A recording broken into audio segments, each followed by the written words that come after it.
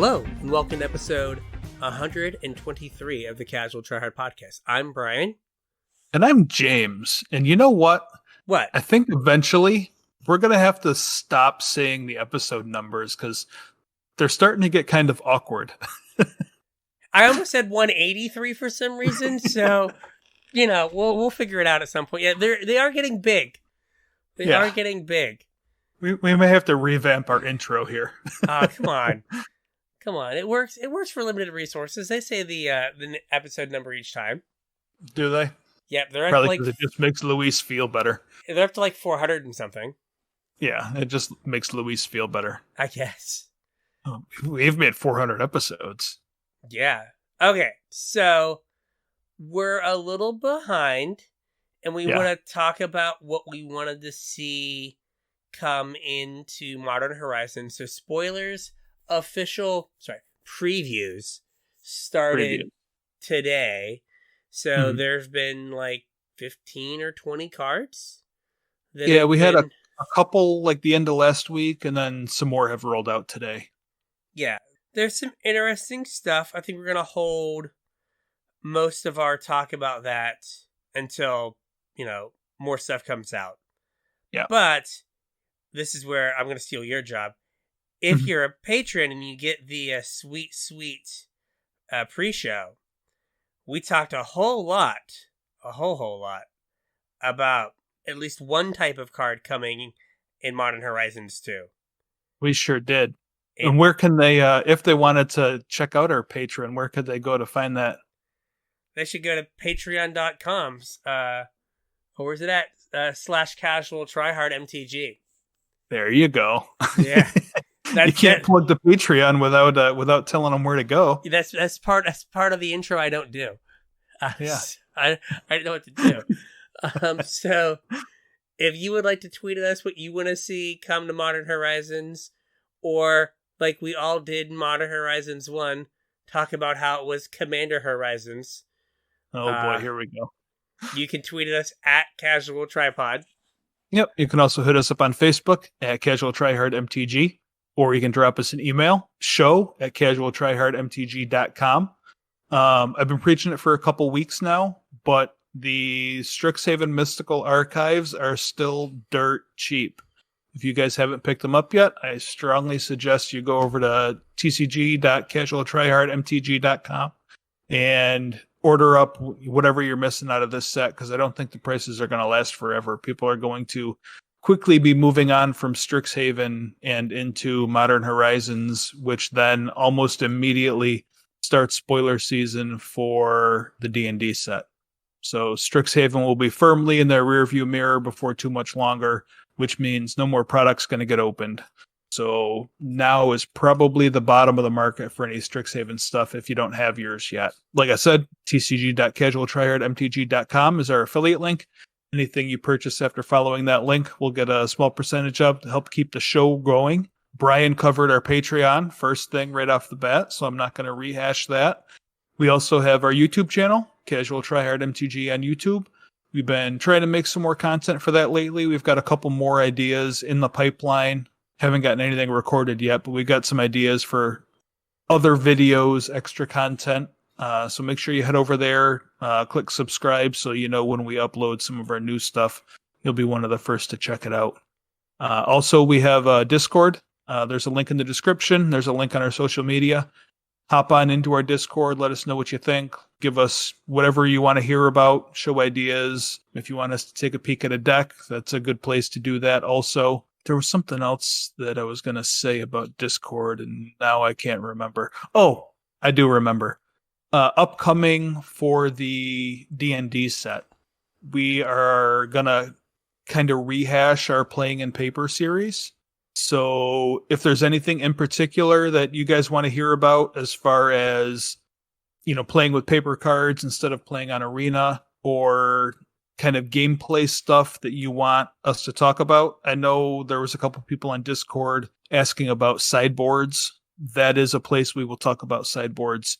But if there's anything else playing in paper wise that you guys want to hear about, pop it up in our Discord and I'll start making a list of all the things we got to cover. That will probably be like a 3 or 4 episode long series we're going to do. So Stay tuned for that and give us some feedback. Let us know what you want to hear about. Yeah, last time it was, 20 or 30 minutes of 3 or 4 episodes. And then at the end, I made one big episode out of it. I think that one big episode was almost 3 hours long. Oh, it was? Okay. Yeah, because I went back. I was going to go through it to pull some of the ideas out for our new episodes. And then I saw it was almost 3 hours long. I said, I don't have time for this right now. I don't want to listen to these two idiots for 3 hours. Dear God. Yeah. I listen to that idiot all day long every day. Yes. Woo. This is rough. Yeah. All right. So we have our called shots for Modern Horizons 2. Mm-hmm. And these are some cards from last time that we thought should have made it. And I think there are some cards that, in light of new current Modern, I'm like, no, this card can't be in the format. It's not okay. Okay. So my list isn't just like my list for Modern Horizons 1. There was some stuff that I was like, no, we can't do that. Yeah, my list definitely had some stuff that we talked about the last time we did this episode. There's a couple other things that I would like to see now. A little bit of background about how I came about with some of my list is Modern, basically starting at last Modern Horizons, was basically reborn in power level. Last Modern Horizons really amped up the power level, and then we had all of 2019 and 2020 where it seems like every set that came out kind of ratcheted up the power level some more. So I think if you approach this set from the point of view of the first Modern Horizons, I think you're going to miss the mark, because in order to make this set relevant, not only do they need to at least keep it in vein with Modern Horizons 1 as far as power level and weirdness and some of the unique cards go, but they've also got to compete with all the absurdity they've printed in the last 2 years. Yeah, I was going to say that really Modern Horizons 1, if you really boil it down, there are 10 or 15 cards that see widespread play. Yeah. Right? But those 10 or 15 cards were cards that made archetypes randomly. Think about how good blue red, Is It Prowess or Blitz or whatever you want to call it is, because it has Lava Dart. It has one extra free spell. Yep. Or, how good I remember when we talked about Urza, it was well, if Modern is as fast as it is after Modern Horizons, then Urza's not good. But if Modern slows down, Urza is busted. And Modern slowed down, and Urza was busted. Yeah. Right? So I think there are some cards that, it's not it's going to be every card from Modern Horizons is going to, impact. But the ones that do have to be, on the Uro, Oko, Croxa, even though Uro and Oko are both banned, but on that power level, even Dreadhorde Arcanist. Yeah. Right? Even a card like that, it's just oh, if I don't have a removal spell for it, I just die. Basically. It just wins the game. Yeah, it's oh, they thought seized my Path to Exile. They played that, and then I just got annihilated. It's oh, what happened? Oh, they played a turn 2 Dreadhorde after a Thoughtseize. Oh, okay, so that was cool. So you were done? Yeah, that's done. Awesome. Yeah, they do have to, push, which scares me because, they broke 2 formats with the last Modern Horizons. Right. I also think they have another reason to push also. And I'm not sure, time frame wise, how much of this they knew going into this set. But this is going to be our first release after people are allowed to play in stores again. Yeah. And with the whole MPL announcement, it really sounded like they were going to push people to play locally and regionally, at least more than they have been. Obviously more than they have been in the last year, but it sounded like more than they have been prior to that also. And, having a really ramped up release set for the first set getting back into store would, I think, do wonders for that. And if they get, people into playing Modern again, like people are going to want to play other formats too, and don't think that a Pioneer Masters isn't coming at some point. So the more people they get playing in paper, the more sets like that they can make also. Yeah, this is the relaunch for Paper Magic. Yeah. Right. And Modern historically has been the most popular format or non-commander format, depending on how you want to look at it. Right. So, like, this is, most popular competitive format. Yeah, hopefully people have been, like, sitting with their Modern decks wanting to go play. Yeah. So there is definitely multiple reasons that they have to, they may have to push this set. Mm-hmm. And also, like, when they were designing this set, what did Modern look like? Was Modern, like, Oko and Uro? I have no idea, man. Right? Was it Oko, Uro, Field of the Dead, Simian Spirit Guide? Which, rest in peace, Simian Spirit Guide. Poor little mana monkey. Yeah. Just got reprinted, and they're like, be gone. But, like, was it that format?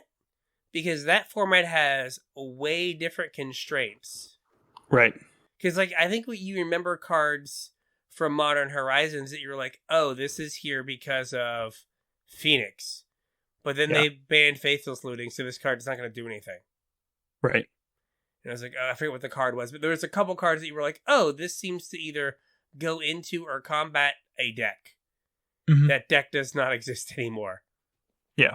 So I wonder how many things were like, oh, I gotta have an answer to Uro. Which, like, if you look at, like, Shadow's Verdict, right? Like, the 2 black exile all creatures 3 or less from, like, battlefields and graveyards. It's 3 black, isn't it? 3 black. No, it's 2 black. There you go. Okay. It's 5 mana. Right, but that, like, just screams like, oh, that was the answer to Uro. Right, Yeah. like, your opponent played Uro, but before they got enough cards in their graveyard, you got to cast this and get their Uro. You nuke it. Yeah. And it's like, oh, we had to ban Uro out of the format before this card that was supposed to be our answer ever got there. Right. So I wonder how many, like, kind of artifacts of, like, the Uro Oko times. Yeah, I really don't know. Set. Well, and, like, it depends how long ago they were designing this set. Like, did they start with Modern Horizons 2 as soon as Modern Horizons 1 was printed? Like, were they thinking about Hogak? I mean, that would have been like a 2-year development cycle. That's way too long, isn't it? Yeah, probably. I don't know. Anyway, so you have some honorable mentions. Yeah, pretty much just one. And it's really only an honorable mention because it was, I don't know what you want to call it, a rumor or a leak or whatever. The guy that has been doing a bunch of rumors that end up coming true had talked about this card, and it's a card that I think is good for the format, and I had on my list last time we did this show, and that's Shardless Agent. So supposedly we are getting it. It hasn't been, confirmed yet, but supposedly it's coming. And one thing that we do know is coming is another cycle of no mana cost suspend spells. We've already seen the, Profane Tutor? Yeah, Profane Tutor. That card looks awesome, by the way, in the old frame with the Richard Kane Ferguson art. Yes. It looks so good. Yes. So it's Demonic Tutor with Suspend 2. Yeah, yep. So it's 1 in the black, Suspend 2. Yep, and then you get the Demonic Tutor. But something that, like, players have always liked is cascading into those kinds of spells or finding a way to cheat those no-cost suspend spells for free.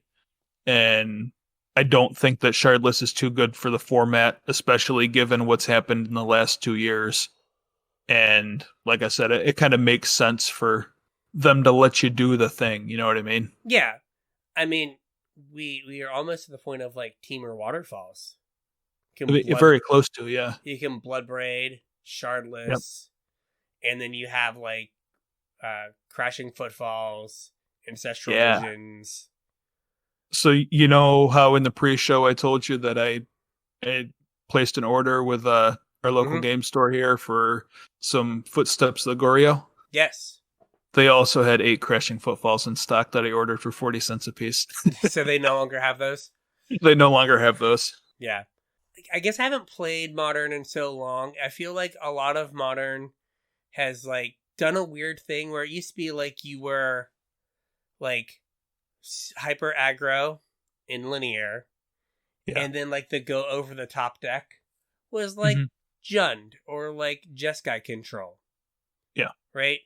And now like it just feels like the go over the top deck is just always some primetime deck where you're putting basically. like where you're always putting like 4 lands a turn onto the battlefield. Yeah.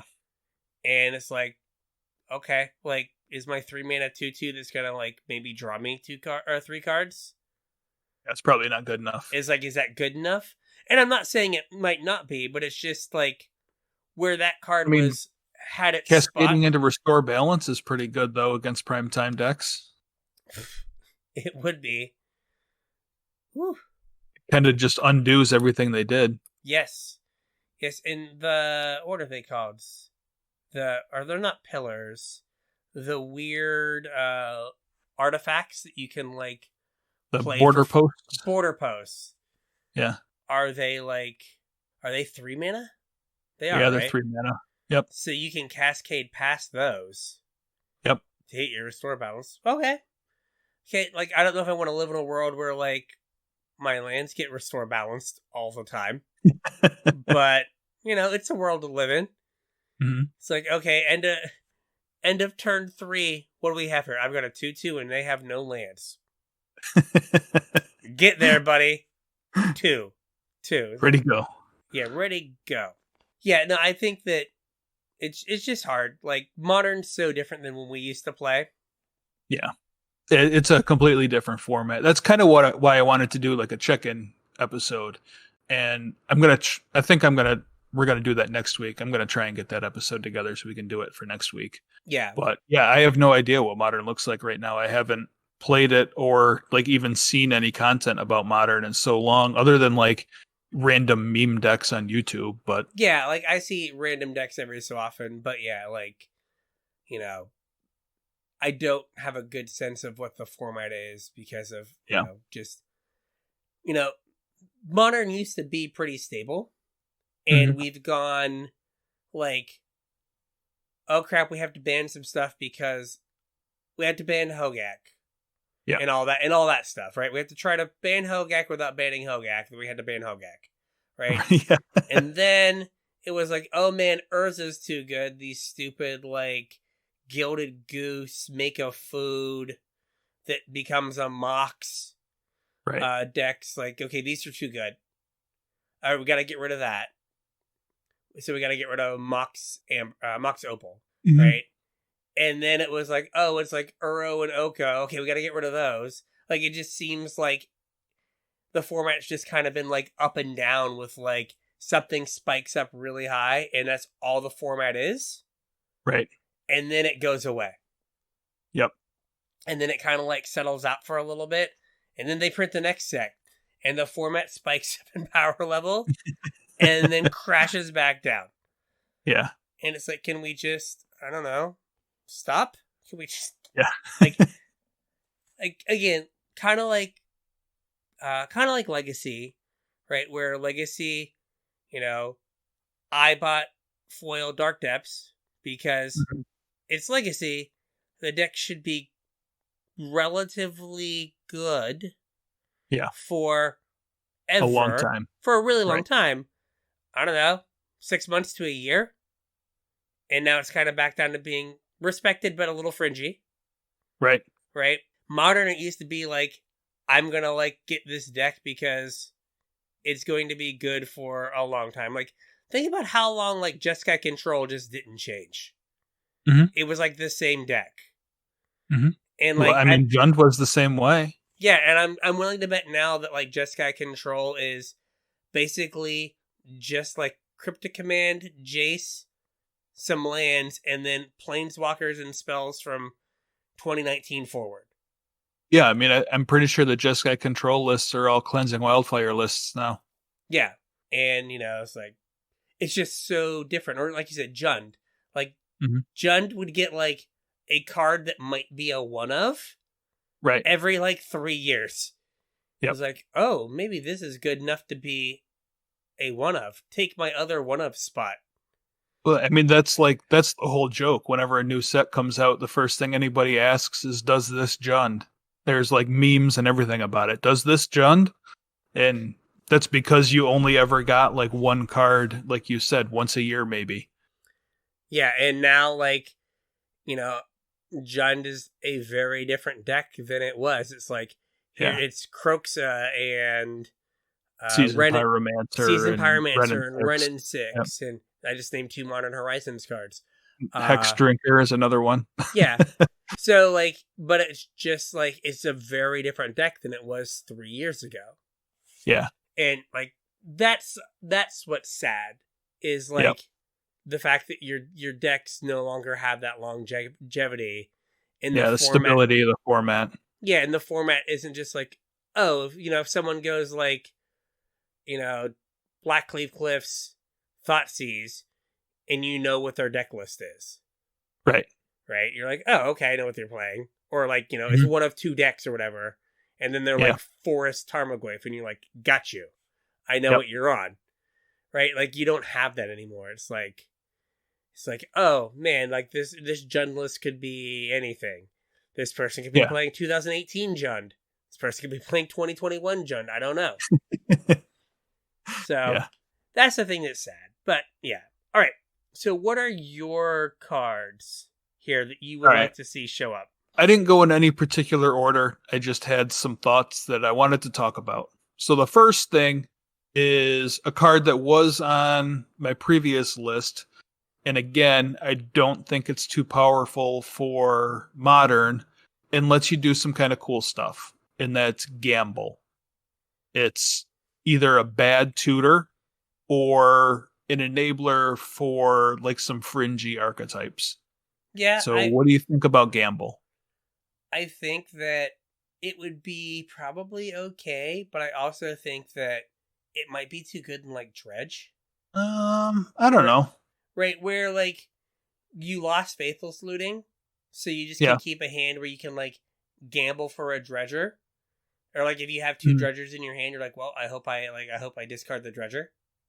Well, I mean, that's kind of why I think Gamble's so okay, though. Because in that deck, it's just, like, worse Faithless. Yeah. It's slightly worse Faithless Looting. And I think the format kind of needs a slightly worse Faithless Looting right now. Yeah, there's so many archetypes that are just pushed out because Faithless is gone. Yeah, I know it could work. Like, I don't know if it would like give like, I know we talked about, I feel like last time we were like, it'd be nice if there was like a lands type archetype. Yeah, and I don't know if this would like be good enough to do that. Where like, again, like in lands, it's like you just go get a Life from the Loam, and they either put it in your graveyard or you have your Life from the Loam. Well, and you get your engine going. So that new Entomb card, I forget what it's called. Unmarked Grave. Unmarked Grave. That kind of lets you do the same thing, where you just Unmarked Grave, go get a Life from the Loam, put it in the bin, and then dredge it back next turn, and you're off to the races. Yeah. I mean, it's 2 mana, not 1 mana, but kind of does that job.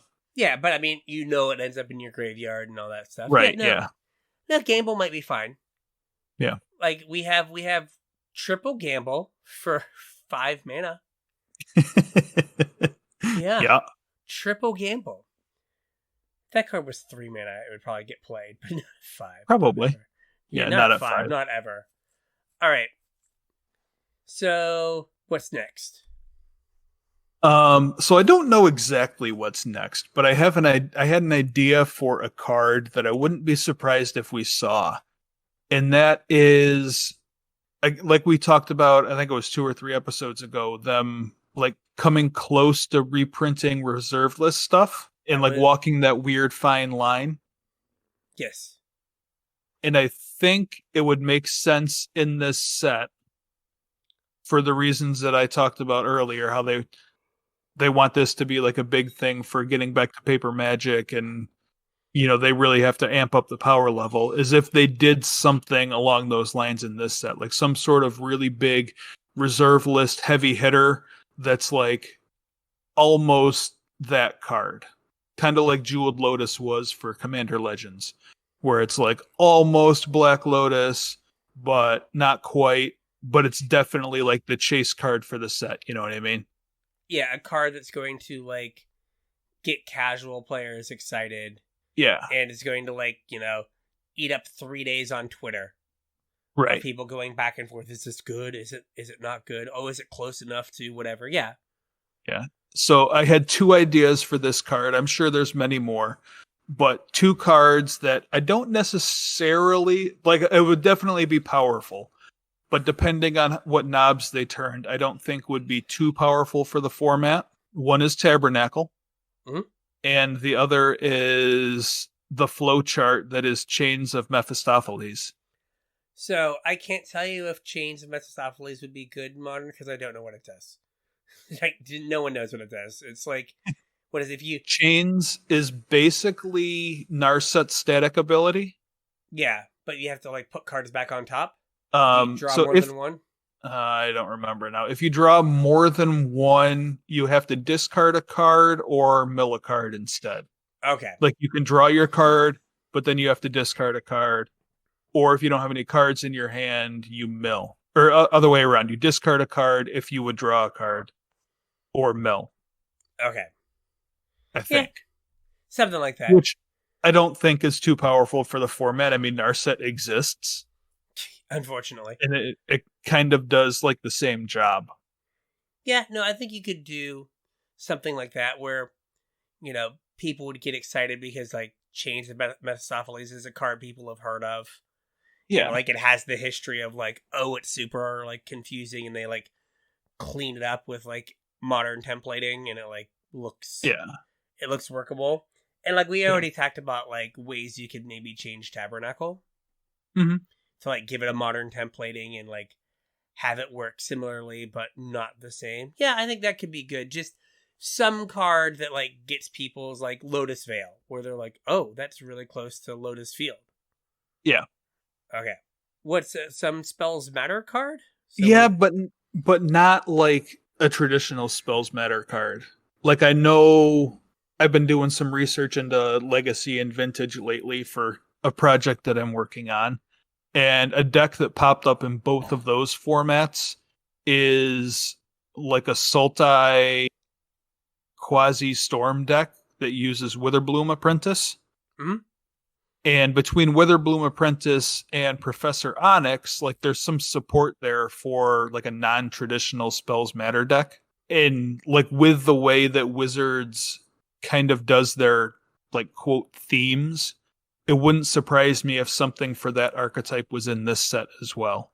I mean, like, there's if already... they're trying to create that archetype, like, it would make sense that there would be a piece for that in Modern Horizons. I mean, they're already, like, saying that, like, red-green is the Storm archetype in Limited. Yeah. Like, I've already seen Storm cards reprinted. Mm-hmm.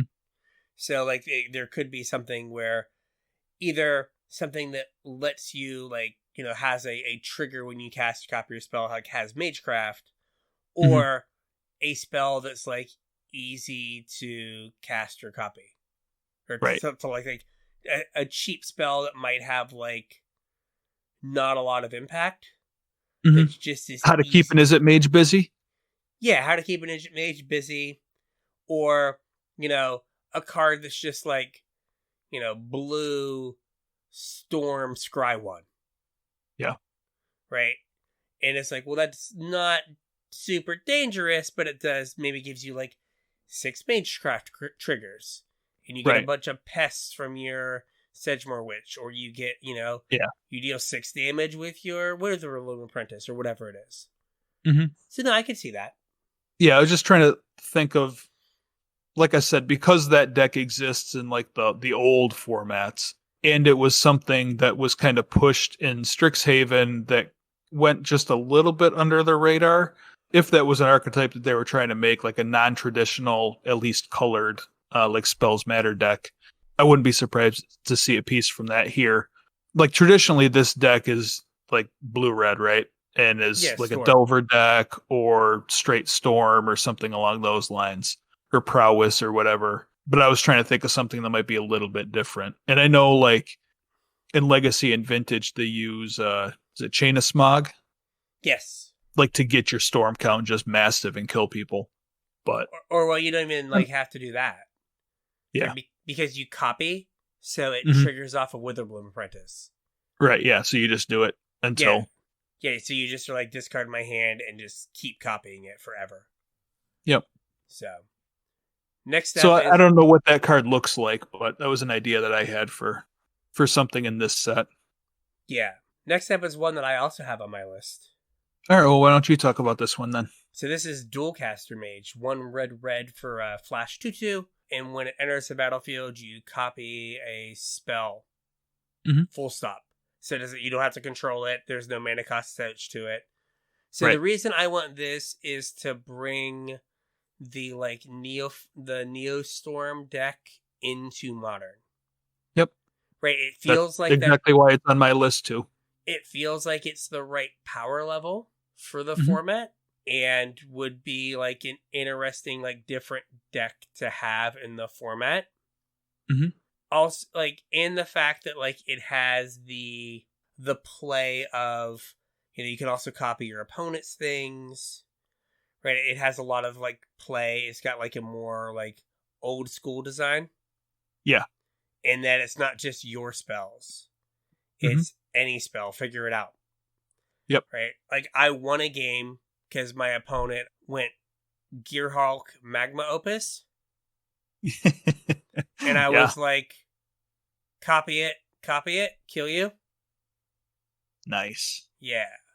And like the way that, like, if you like read Lutri, right? Lutri lets you copy a spell you control, but only if Lutri entered the battlefield like after being cast. Mm-hmm. Right? It has like all these like caveats on Hoops it. It's to like, jump through. Yeah. Yeah, it's like, no, just give me this effect. I mean, they could print a different version of the card, but I think just putting Dualcaster Mage in the set is the easiest fix. Yeah, well, I mean, they just printed another version of this card. I mean, Lutri. Well, and the one from Zendikar. Oh, yeah. Stormcaller Mage. Or Yeah. Stormcaller or whatever, yeah. Yeah, but that's like your next spell. Yeah. So it works different, which like makes it so you can't like combo off with it in Neoform. Like, you can't take like your Llanowar Elf. Right. And then like, figure out a way to copy it and then do whatever. I also saw, so what is it, like Double Major, that blue-green card that like copies like The card's sweet. Yeah. I saw someone not claiming this is good, but they used Naru Meha. That's the one that doubles wizard abilities? And it copies something when it enters the battlefield or something. Oh, really? So they were able to like basically make infinite Naru Mehas. Oh. So like I forget exactly. I don't know exactly. I just watched like a short like clip, and it was just like, because Double Major makes them so they're not legendary. Yeah. So they just like end of your turn make infinitely large Naru Mehas. It's like, okay, you win this round. I might have to try to do this against Sparky to see how it works. Yeah. All right. That's kind of cool, though. So, next up, you have an elf piece. I do. This is the same one that was on my previous list, and I think it's probably the correct one in Wirewood Symbiote. I mean, I personally like elves. It's probably the only modern deck I've had together the entire time I've played Modern for. It's super straightforward. It can kill out of nowhere. It can play Disruption, but I don't think it's quite powerful enough for some of the things that are happening in Modern currently. And Wirewood, I don't think would push the deck too much to be too good. See, I went with Quirion Ranger. I mean, that might be also. But yeah, one like, of the two. An elf piece. Yeah, some sort of elf piece. That's not Allosaurus Shepherd. Right. Please, yeah, no. Well, I mean, like Allosaurus Shepherd doesn't make that deck any better than it currently is, because all you do is replace Azuri with Allosaurus Shepherd. Yeah, but like an Allosaurus Shepherd on turn 1 just turns off all of your opponent's like counter magic. Well, I mean, the deck plays 4 caverns anyway, so it's not like they were gonna counter anything that mattered anyway. But, just, and I mean, it lets you, like, I don't remember if you saw some of the, like, oops decks were playing Allosaurus Shepherd. Oh, no. Yeah. Just because can't counter green spells. Done. Yeah. So, yeah. So but yeah, something to push. You know what, though? I wouldn't be surprised if they snuck that into the set either. Like that and Muxus? Yeah. Or something like they're just like, we want elves and goblins to be good. Here. Well, because they know those cards like desperately need a reprint already. Yeah. Like there's not a whole lot of jumpstart out there. Supposedly there was another like wave let out, but I don't know how much was in it. And even if it's out there, I don't know that people are buying it anymore because we got a new set coming out every 3 weeks. Yeah.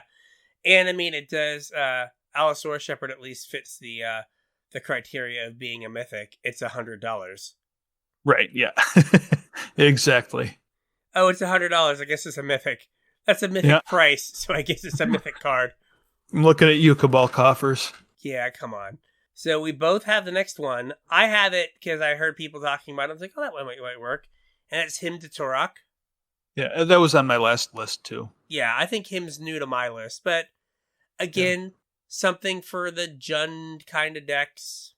Mm-hmm. Just with how powerful everything is, I don't think this card's out of line. I think the only thing that goes against it is the random nature. Like the fact that you can just like, mana screw your opponent. They try to avoid. I think there's 2 things that are going against it. And they're both spoilers that we've gotten. Okay. I don't think they reprint him with grief. Probably not. And they also, did you see Torok's whatever? Oh, yeah. Like some weird, really bad version of this. Yeah. It's like, I don't think they print that and him in the same set. Yeah. Gosh, what was it? It was like 4 mana, like 3 in a black. Yeah, it's 3 in a black. Look at your opponent's hand, choose a non-land card, and discard it, and then they discard one at random. For 4 mana? 4 mana, yeah. One more than Mind Rot. One more than an unplayable card in the format. In. Right. Yeah. In. I know, limited environment, whatever. So, though you have a Reanimator spell. I also have a Reanimator spell. You went toned down. You went Dance of the Dead? Yeah, I was trying to think of one that wouldn't like completely break the format in half. What is Dance of the Dead? I don't remember. Oh, maybe I'm wrong. It's the 2 mana one from Ice Age that gives an upkeep cost of 1 in a black, I think. I've never heard those words before. There you go. Dear God. This text on it is so small. When Dance of the Dead enters the battlefield, if it's on the... Great templating. If Dance of the Dead enters the battlefield, if it's on the battlefield, it loses enchant creature in a graveyard and gains enchant creature put onto the battlefield with Dance of the Dead. Put enchanted creature card onto the battlefield tapped under your control and attach Dance of the Dead to it. When Dance of the Dead leaves the battlefield, that creature's controller sacrifices it. Enchanted creature gets +1/+1 and doesn't untap during its controller's untap step. At the beginning of the upkeep of the enchanted creature's controller, that player may pay 1 in the black. If the player does, untap that creature. Yeah, so it's a bad animate dead. Yes.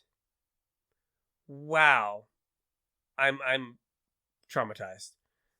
That was so much. Obviously you can clean that templating up. I doubt that's what the Oracle text still reads. I don't know. This is on Scryfall. They usually have the Oracle text. Really? I would think that they would have cleaned that up in the Oracle text.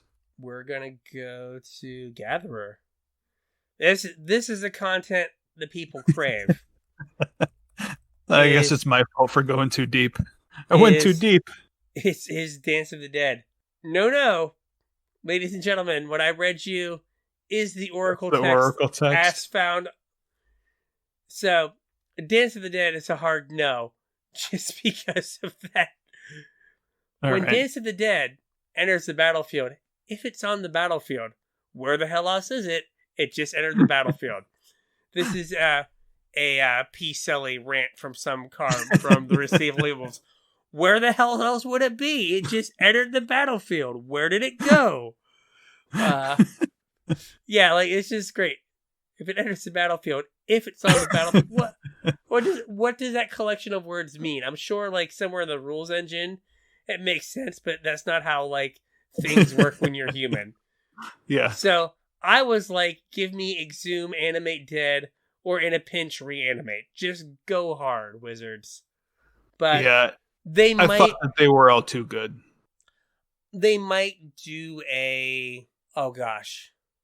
Maybe it's a legacy card. I could swear there's a split card that is one side of it is 1 in a black. Mm-hmm. Reanimate. It's just the text of Reanimate, but it's 1 extra mana. We tried looking for it on the pre-show. Yeah, find it, so. But no, just something like, return target creature card from your graveyard to the battlefield. You lose life equal to its converted mana cost. That is 1 in the black sorcery on the card life death. It is the death side. There you go. But it's too old. I thought it was modern legal already. It's not. It's from Apocalypse. Oh, well, I mean, I guess that makes it a candidate for a reprint, huh? Yeah, because they said there'd be new split cards. The life side. Oh, did they? Yeah, the life side isn't embarrassing. Like, all lands you control become 1/1 creatures until the end of turn. They're still lands. Yeah. For a green. Yeah. Which I guess would, like, turbocharge... Oh, what is it called? Jeskai Ascendancy? Oh, yeah. Right? Like, yeah, it would. Yeah. So that card would fill double duty. Could, like, could push a fringe combo deck and, like, reanimation deck. Yeah. And would allow you to get your opponent to, like, 17. Get them to, like, 3 with 4 lands in play and just go, life, kill you with my lands. And that's a good feeling, too. Yep. So, yeah, like a toned down Reanimate. Yeah. Because, I mean, if you think about it, like, you're kind of going pretty far in with Reanimate in a format like Modern. If, like, you're like, turn 2, go get my reanimation target. Turn 3, pay 7 or 8 life to play my reanimation target. Yeah. Hope to God I don't just get, 7'd on my opponent's turn 3. Yeah, I mean, like the red burn decks or prowess decks or whatever are way more prevalent in Modern than in Legacy. Yeah, like, Exhume might be too good because even though it's symmetrical, like, I don't know, you getting back a 7 mana creature, and still being at 17, and your opponent getting back a 1/1 is way different than you being at 10 on turn 3, and you're like, that's if your opponent's only done 3 damage to you somehow. Yeah. Right? And, like, God help you if you went, like, fetch Shock Thoughtseize. Like, then you might not even be able to cast the reanimation spell, which could, like, kind of balance it out some. Resolve reanimate and just die to 2 lightning bolts. Yeah. They're like, Wizards lightning you, bolt you, and you're like, oh my god. Yeah. Okay, cool. So, yeah. So that is I'm in the same boat. Like, they've already showed us the, like, turn down Entomb. Now you've got to give us, like, the turn down Reanimate. Yep. No, I like that life death card. I didn't even know that card existed. I'm gonna have to pick some of them up. I like that card. Oh yeah, I've gone deep looking for reanimation things. I thought it was Modern legal, but no, it's in Legacy, and I've never understood why it's not played. But I kind of like it is maybe better than Animate Dead because it's not as fragile. Right. But no one Yeah, plays but it. it domes you, though. It does. Like, no one plays it in place of Animate Dead because, you can reanimate something and then later animate dead something and not just die. Right. All right. And then we both have this other card on here as well. You have Recruiter, either one or both. So that's Recruiter of the Guard or Imperial Recruiter. Yeah. Yep. You got it. So Both basically the same card. Imperial Recruiter is 1 in a red, right? Or is it 2 in a red? 1 in a red. No, it's 2 in a red. They're both 3 mana. Okay, and it looks at the power. And right. Power's 2 or less. Recruiter of the Guard is 2 and a white, a 2/2 that looks at the toughness 2 or less. Mm-hmm. So there are some things you can't get. You can you can't get Eidolon of Rhetoric with Imperial Recruiter. Right. You get it with Recruiter of the Guard. But you can't get, some like Tocatli Honor Guard with Imperial Recruiter. Which, why would you need to now? Because we have Hushbringer. But details. You'll find a thing. But yeah, like these would help toolboxy decks. / I think we both are kind of thinking of like a D&T kind of like small taxi hate bearsy kind of deck. 100% where I was going. I think the only thing right now is the best deck in the format might be Heliod combo. And these both get parts of the combo. Oh, right? That's true. They don't get the Heliod, but they get the Spike Feeder, or they get the Walking Ballista. Yep. So it just gives you more copies of those. That's true. I hadn't thought about that. Whatever other things you could get. But I think it's just a question of, like, if that is the best deck, do you want to get something that, like, pushes it over the top? Because it's a deck that just, like falls backwards into winning the game. Well, maybe that's a vote for Imperial Recruiter over Recruiter of the Guard, then. Maybe, because then it makes you go another color. Yeah. Because the Heliod decks are either mono-white or green-white, right? Yeah, because they're mostly green-white now because they play, what is it called? Oh gosh. The bad Wild Growth.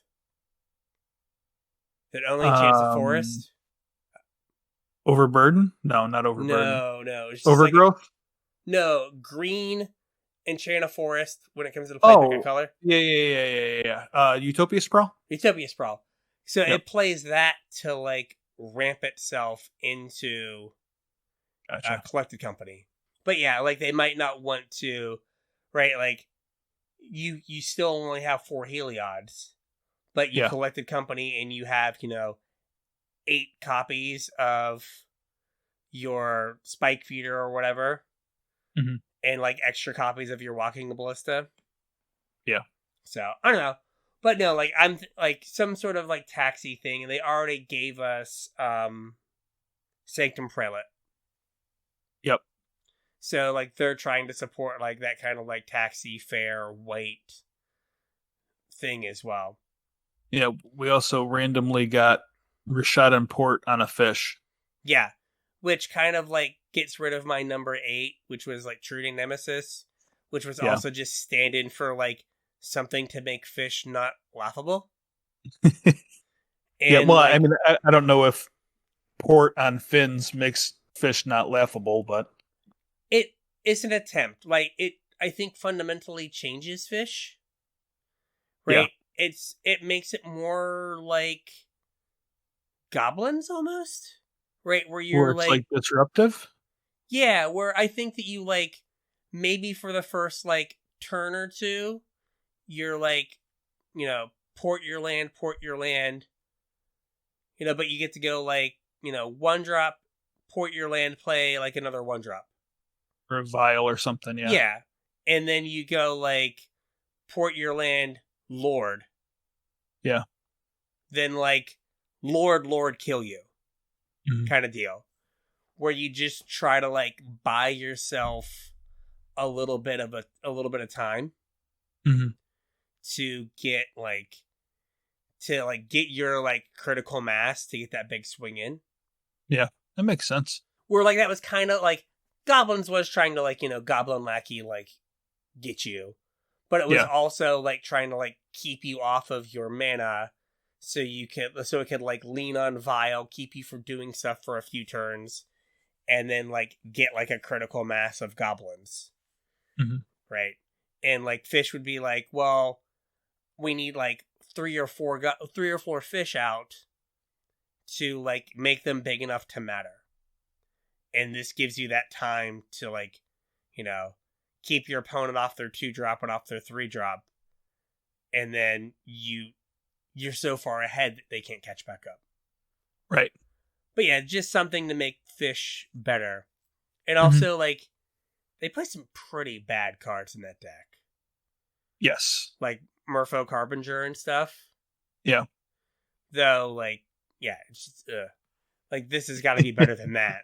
Crop rotation. Well, I don't think they play any 1-drop Merfolk, do they? The only one that's been played is Curse Catcher. Yeah. And that card is, it's fine. It's your, like, it's like your Wrath of God protection. But, like, Supreme Verdict exists, so then that makes Curse Catcher way worse. Right. So, like, crop rotation, like, I want to play, like, land combo-y stuff. Yeah, I don't think crop rotation can exist in the format where primetime decks are the best decks, though. Probably not. Though I don't know. I guess, like, getting a bounce land would be, like, the thing that would probably do the most, which would suck. Yeah. I don't know, like, I also feel like we should be able to play 12 post. Like, just, like, all the stupid stuff going on in the format. Like, really, like, 12 post is worse than, like, turn 3 primetime, get, like, 25 lands on the battlefield? Like, no. Right. Like, I don't see how this is worse, but whatever. And, like, the other thing going against crop rotation, though, is, like I said, if primetime, is one of the best things to do in the format, and the go-to win con, I'm assuming, is still Field of the Dead? Is Field of the Dead, like, not... Is it banned? I don't know. Did it get banned in Modern? Professional content creators, ladies and gentlemen. Hey, I preface this whole thing saying that I haven't played Modern in so long. It is banned in Modern. I thought it got banned. Like, because they're back to Valakut. They're back to Valakut? Okay. Well, never mind then. Yeah. But no, like, I guess even getting, like, Valakuts. But, like, I don't know, like, I like having that, like, toolboxy kind of thing that's, like, not stuck with you just having to play, like, Knight of the Reliquary kind of deal. Yeah. So, I mean, I'd even be alright if, like, a Knight deck was the default lands deck instead of Primetime. Yeah, it would be nice to not just have it be a deck that goes, like, super way over the top. Yeah. Like, that deck is cool if it doesn't go way over the top. Yeah, it's like, there's a lot going on here. Over. Yeah. Yeah, then you're just like, I guess I'm taking, like, all of it. Yeah, I'm taking 14 or something. Yeah. 16 from this prime time on turn 4. It's like, no, that's not okay. Yeah, it's not okay. Why is this happening to me? What did I do wrong? So, I have Flame Rift here just to, like, prop up Burn, but I think that, like, as much as I would want to, like, help old school Burn, I think it just, like, goes in those stupid prowess decks. Yeah. And I'm not here for that. Like, as much as I want to, like, make, Goblin Guide, Eidolon good, I think it just, like, makes, like, Soulscar Mage, Monastery Swiftspear. So, I don't know that there's anything you can do that would prop Burn up that wouldn't also prop up the prowess decks. Yeah, and maybe the prowess decks are just, like, the better Burn decks now. I think they are. But, like, I don't know, it makes me sad. Yeah. Because, like, Burn and Fish were the first 2 modern decks I got. Mm-hmm. So I have Meltani's Presence. That is the green enchantment that spells you control. If a spell you control gets countered, you draw a card. Mm-hmm. So that's the missing Cheerios piece.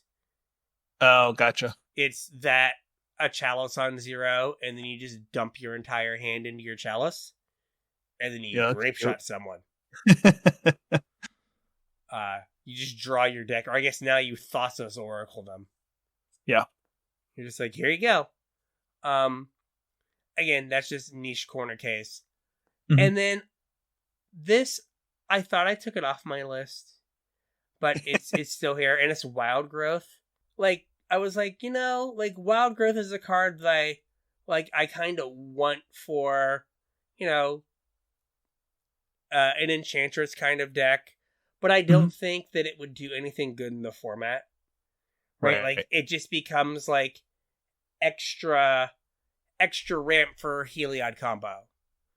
Or... Yeah, in extra ramp, it also feeds Nykthos. Like, I mean, that could single-handedly make a Nykthos deck, you know what I mean? Yeah.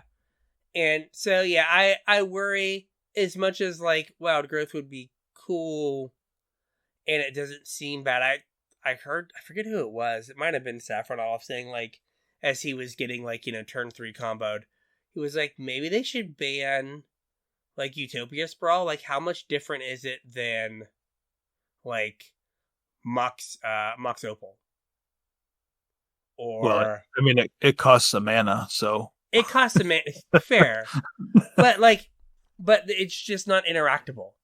And there's no... Right, like, after that first turn that it costs mana, like, you're on 3. Mm-hmm. Like, so, yeah, like, I don't know, I want an Enchantress deck. Right, as much as I, like, make fun of that deck on the last episode, in Legacy, I think that's the kind of deck that, like, people would enjoy. And it plays a different way, like... I would totally put Enchantress together for funsy, like Tuesday Night Modern or whatever. Yeah, I don't want to play against the same, like, stupid, like, Boggles deck that I play against on Arena, like, every third match. Yeah. You know what I mean? Like, I don't want to, like, promote the, like, I'd much rather, like, load up a land and then, like, play an Emrakul on, like, turn 5, then... I got a question for you. Sure. So, if Utopia Sprawl is worse Wild Growth because it only enchants forests. Yes. And Wild Growth is too good because it enchants anything. What if you made a Wild Growth that only enchanted a non-basic? So that it could get hit by Field of Ruin or Ghost Quarter. I mean, that could maybe do it. Like, make it a little more fragile. Yeah. Yeah. I would just want to see, like, a different way to play, like, an enchantment deck, because I think we just have, like, the, like, Boggles load up a creature deck. We have, like, if it still even exists, I'm sure someone's playing it, right, and is going to get super happy when I mention, like, the mono white enchantment prison stacksy crap. Yeah. Like Suppression Field Ghostly Prison. Yeah. Right? Like, no, don't do that. No one enjoys that. Right? But, like, another, like, like, miserable enchantment deck is going to do something neat and have interesting play patterns. Like, would be nice. And like, Wild Growth is what I think helps do that, but it might just do too much bad stuff. Yeah. So, other cards I don't think we'll get, like, some, like, Argothian Enchantress, like, card. Some sort of modern Enchantress. Yeah. She has Shroud, so you can't just, like, pile a bunch of enchantments on her. Yeah. She is, like, kind of core Spirit Dancer, or, oh, what is his name? The, SRAM? SRAM. Right, where when you cast an enchantment, you draw a card, but she can't wear pants. Yeah.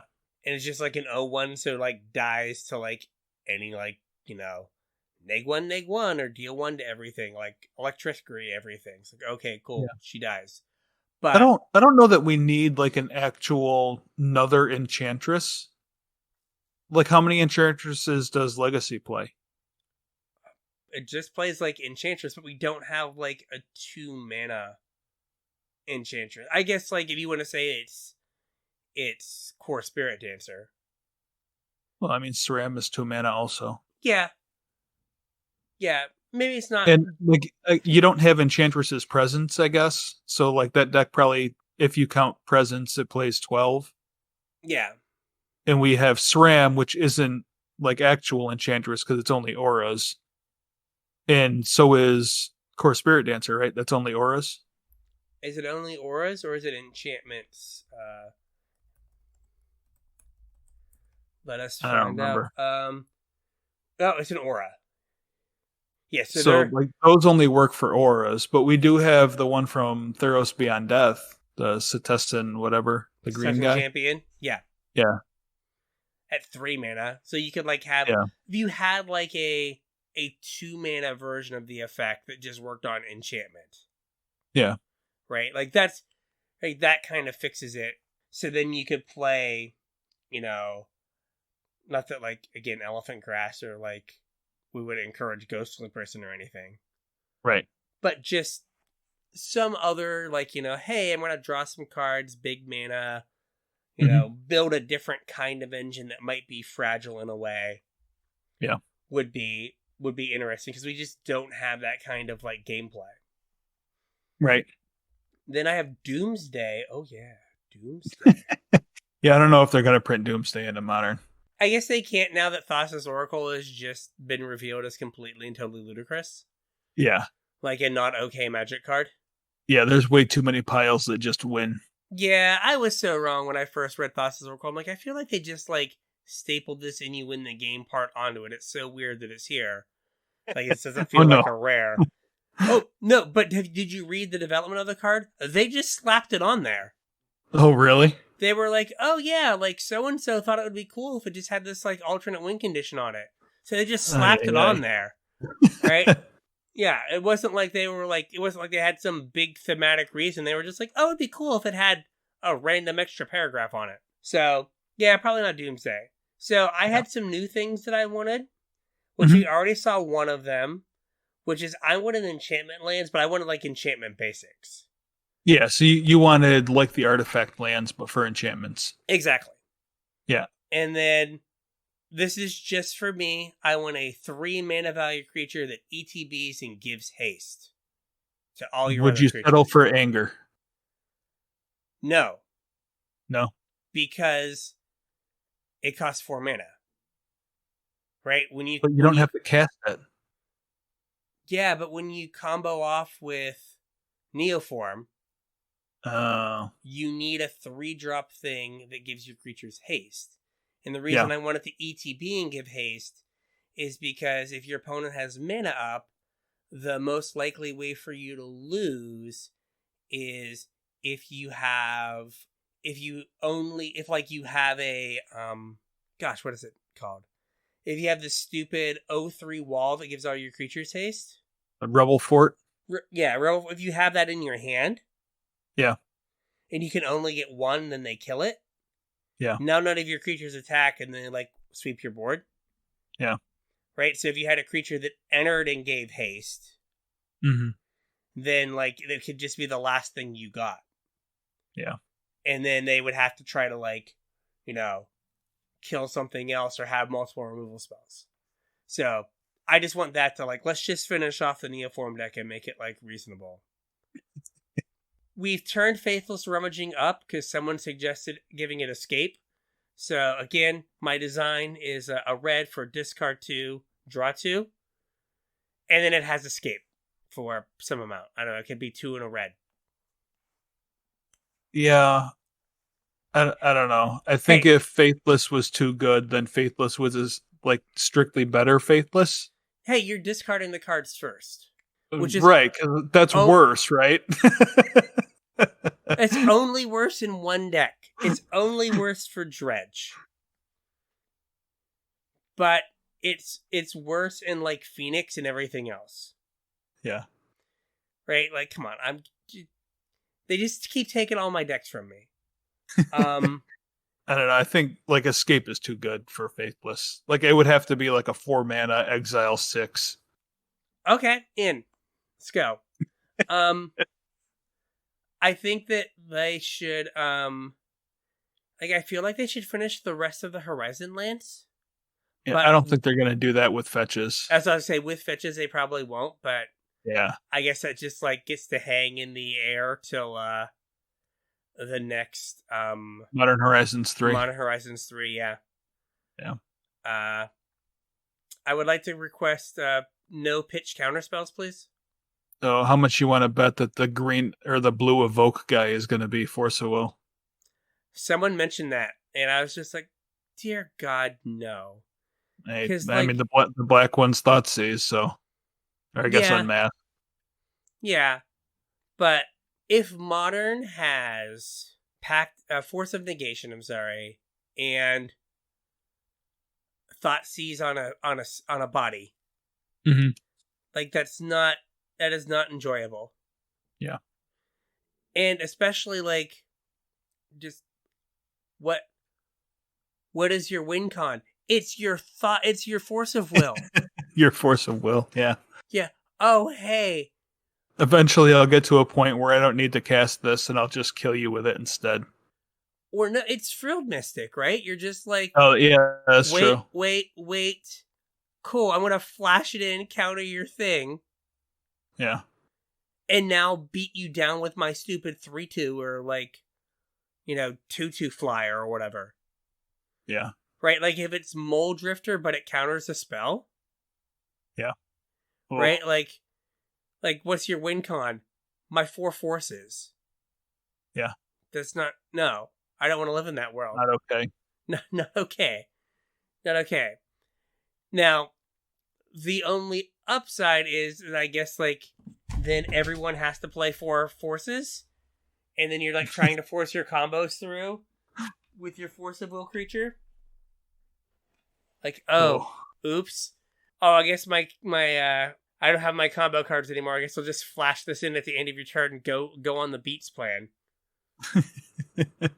Yeah, I don't know what it can be that it's not a counterspell, but I also don't want it to be a counterspell.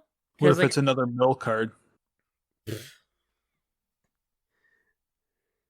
That is even worse? Equally bad? Yeah. I know. Well, I mean, it has to be one of those two things, though, right? That's all the blue does, is it counters and it mills. Yeah. Or it draws it's not going to be Mold Drifter and draw. Oh, yeah, you think it's going to be Ancestral? Or is draw 3 instead of... It would be super weird, though, wouldn't it? Where it's exile a card from your hand, draw 2 cards.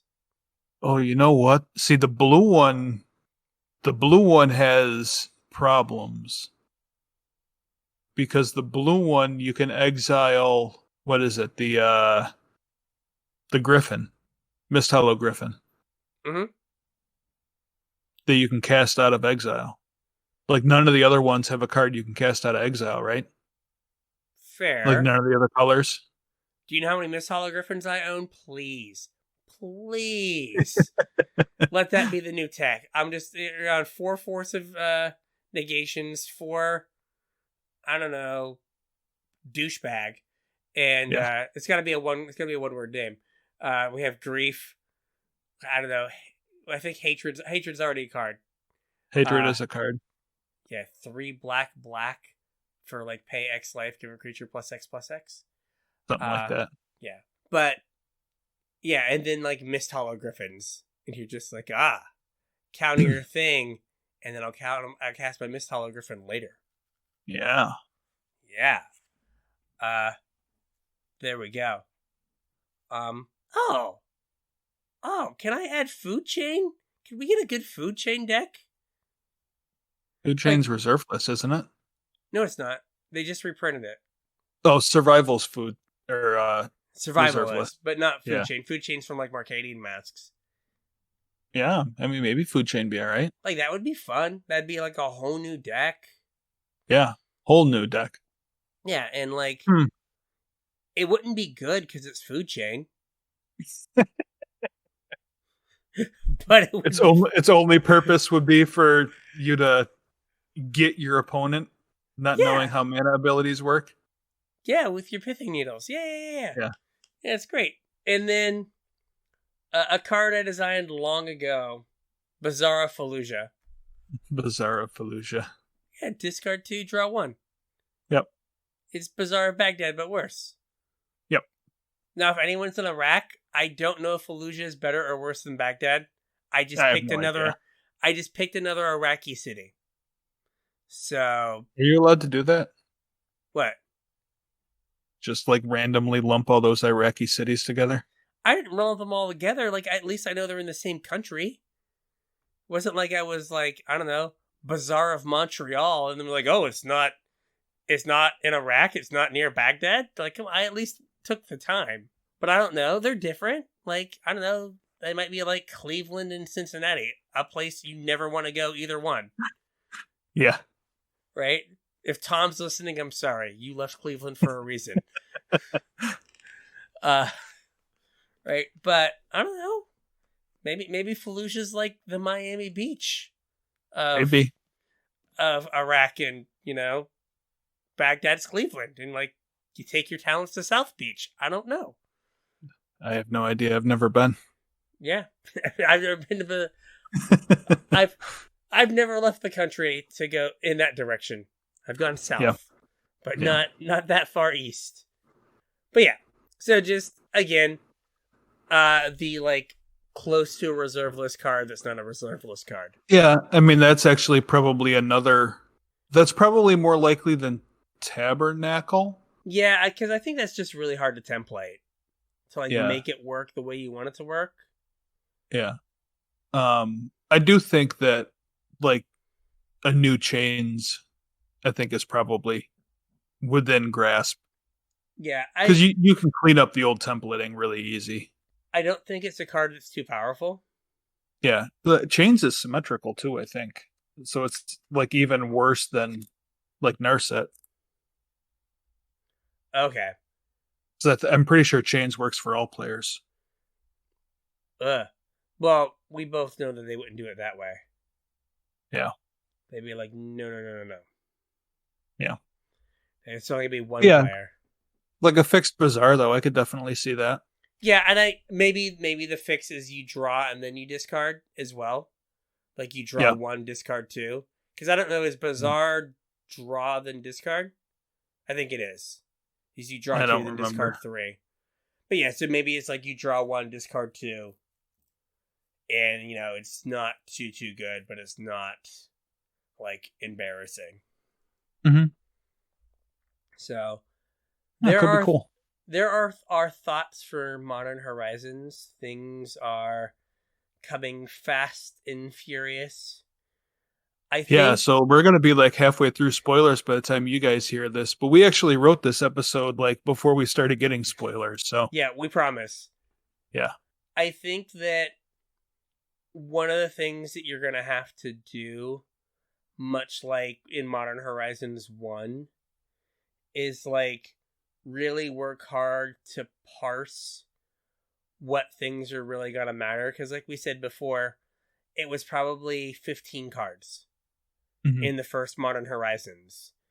And like, don't get hung up on the fact that they're going to put, I don't know, conservatively 45 cards for Commander in the set. I'm looking at 5 right now. They all say Squirrel on them. I don't know that you can super compare this Modern Horizons to the first one, though. I think collector boosters, set boosters, and fetches all make the two sets almost uncomparable. What I meant was more along the lines of, right, like there are going to be cards that impact Modern, and I think the key is going to be identifying them and not getting blinded when you see, like, you know, a bunch of squirrels. Well, and go like, oh, this is just a bunch of crap for Commander. Right. Yeah, I guess my point was like price-wise, though. Like if you're looking to pick out, you know, pieces for a deck or whatever, I don't think you have to necessarily worry about, you know, $30 Hogaaks or $100 Red and Sixes or $100 Urzas or whatever, because the set's going to get opened for the fetches, which is going to drive the price down for everything else. And you also have collector booster and set boosters, which are going to up the number of rares and foils in circulation and is going to drive the price of baseline stuff down.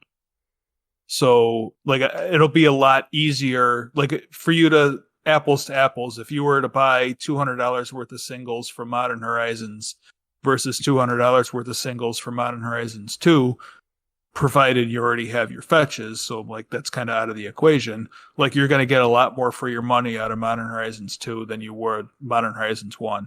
Oh no, I agree with that, but like I think that as spoilers went along, and they might have just been longer in Modern Horizons 1, there was a feeling of like, oh, a lot of these cards seem super geared towards Commander, or they're not, and I think a lot of us in preview season missed how good Hogak was going to be.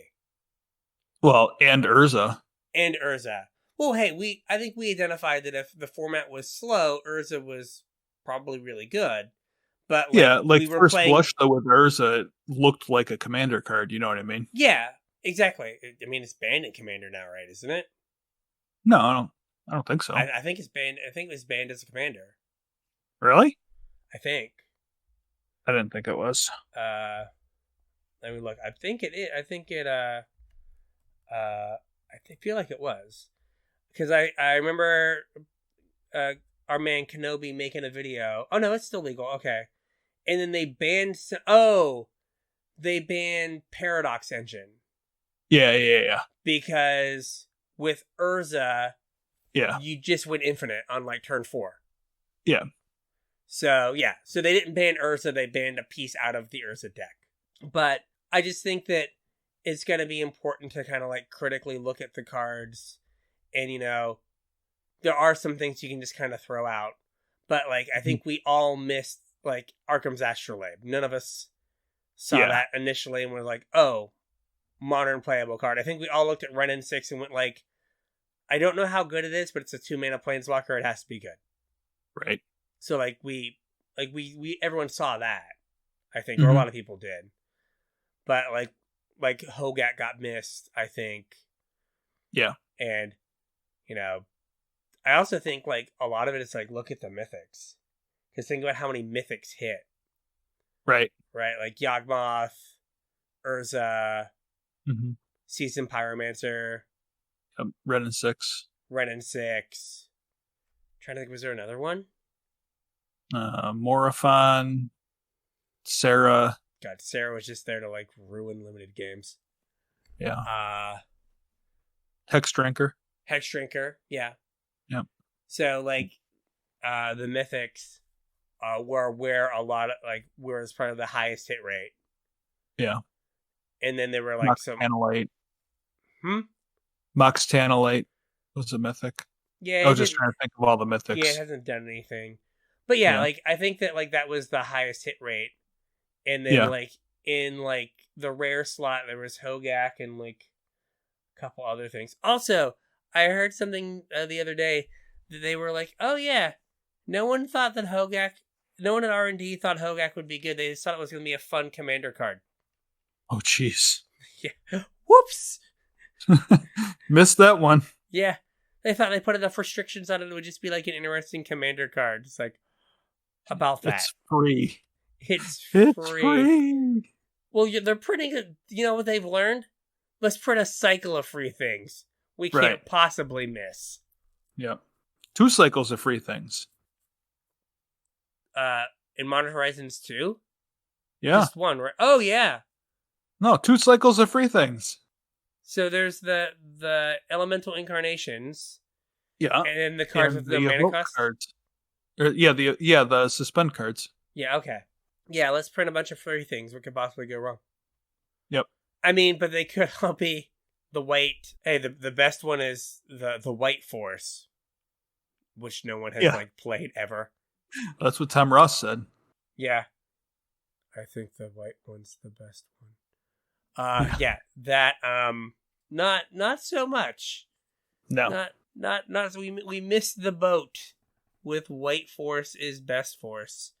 Right. If they print that in an old border, like that's just someone trying to like get a make good. Maybe this will make them want to play it. Salt in the wound, that is. Yeah. Just to end on this, so someone was watching Anzid's stream, and they were and he was like simultaneously streaming the Wizards announcement. Okay. And of all the new cards, and they showed Grief, and he was talking about it, and then they were like, "Well, what would the white one be?" And someone's like, "It's just like exile a white card from your hand, you lose the game." And I was like, "Yeah, that's probably the white one." It's like, "Oh yeah, you lose the game." In 3 life. Gain 3 life, exactly. Here's my 3/2 that gains 3 life. Sweet. Yeah. Sweet. So I just lost? You did. You 2-for-1'd yourself for 3 life. Ouch. Okay. So with all of that, that's what we're hoping that shows up in Modern Horizons. By the time you listen to this, you'll be able to see how unbelievably smart we were. Or unbelievably wrong. Yeah. Yes. But, we took a stab at it. We tried. Yeah. We had fun. Yeah. Hopefully you had fun. So if you want to tweet at us what you hope shows up in Modern Horizons or what you think that they missed printing, you can get at us at CasualTryPod on Twitter. Yep. You can also hit us up on Facebook at CasualTryHardMTG, or you can email us, show@CasualTryHardMTG.com. Like I said at the top of the show, if you're looking to pick up any singles, please use our TCG Player affiliate link, tcg.casualtryhardmtg.com. And don't forget about our Patreon, patreon.com/casualtryhardmtg, if you want to support us a little bit more directly. We also have our Discord. There's a link in the description. There's a link on social media. Hit us up on Discord. Let us know what you're looking for out of Modern Horizons. We're going to try and do our Modern check-in episode next week before the format gets flipped on its head. That's probably pretty poor planning, huh? Checking in on Modern before the format gets flipped on its head. Let's just see where we are and then see what's going on. We can figure something out. So if you want us to talk about what you think Modern's like, you can hit us up on Discord. And then don't forget, keep in the back of your mind that in a month or so, we're going to revisit the Playing in Paper series to try and make you guys paper players and FNM aficionados. So if there's anything Playing in Paper wise or strategery wise or what have you, pop up in Discord and let us know what you want to hear about for that series. And I think that's all we got for this episode. I think so. So with that, we'll catch you on the internets. And again, almost at FNM. Couple weeks.